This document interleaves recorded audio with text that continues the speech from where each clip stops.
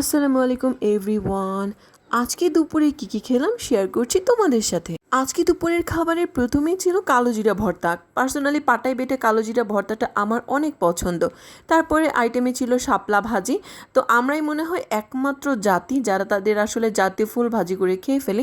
এই শাপলাটা কিন্তু সব ডিস্ট্রিক্টের মানুষ খায় না, কিন্তু ঢাকা ডিস্ট্রিক্টের মানুষ মনে হয় এটা একটু বেশি পছন্দ করে। তো শাপলা ভাজিদের খাওয়া শেষ করে আমি এখানে নিয়ে নিলাম কামরাঙ্গা ভর্তা। এই কামরাঙ্গা ভর্তাটা এত টক ছিল গাইস, কি বলবো। আমি জানি না এটা আমার বাসার মানুষ কিভাবে এত খায়, আর আমাদের বাসার সবাই কামরাঙ্গা ভর্তাটা খুবই পছন্দ করে খায়। তারপরে আইটেমে আজকে ছিল লাউ দিয়ে মাছের একটা তরকারি।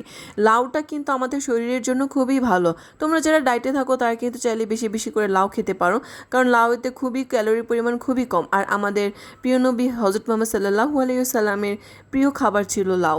তো তারপরে আইটেমে আজকে ছিল ডাল। ডাল দিয়ে খেয়ে আজকে দুপুরে খাওয়া শেষ করলাম। Thanks for watching.